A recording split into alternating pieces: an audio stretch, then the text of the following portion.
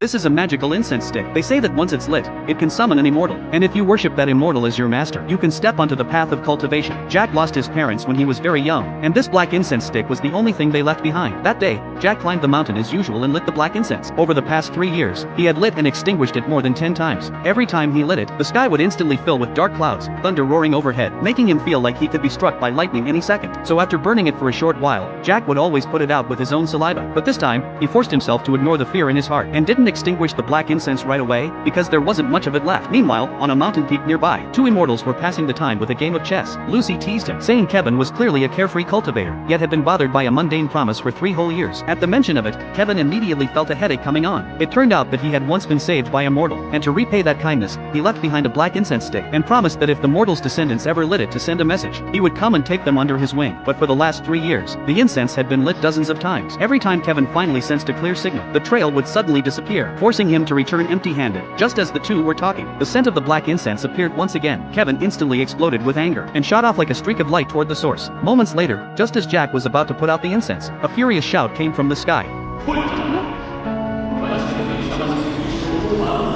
Hearing it, Jack couldn't help but feel overjoyed. He knew he had finally summoned an immortal. After learning Kevin's identity, Jack immediately dropped to his knees. Kevin then demanded to know why he had lit the incense so many times. Jack quickly explained everything. After hearing the truth, Kevin's anger faded a little, and he said he was willing to bring Jack into the sect. Kevin carried Jack through the air at high speed, and soon they arrived at the immortal gate. The disciples below bowed respectfully when they saw Kevin. Jack wanted to say something, but Kevin suddenly tossed him downward. Fortunately, a spell protected Jack from getting hurt. Kevin then said a single sentence, telling him to train here, and turned to leave. After Jack got back on his feet, Mike walked up to him, and he would become Jack's senior brother from now on. While the two were talking, Robert approached to cause trouble for Jack, because he couldn't stand the fact that Jack had used connections to get in.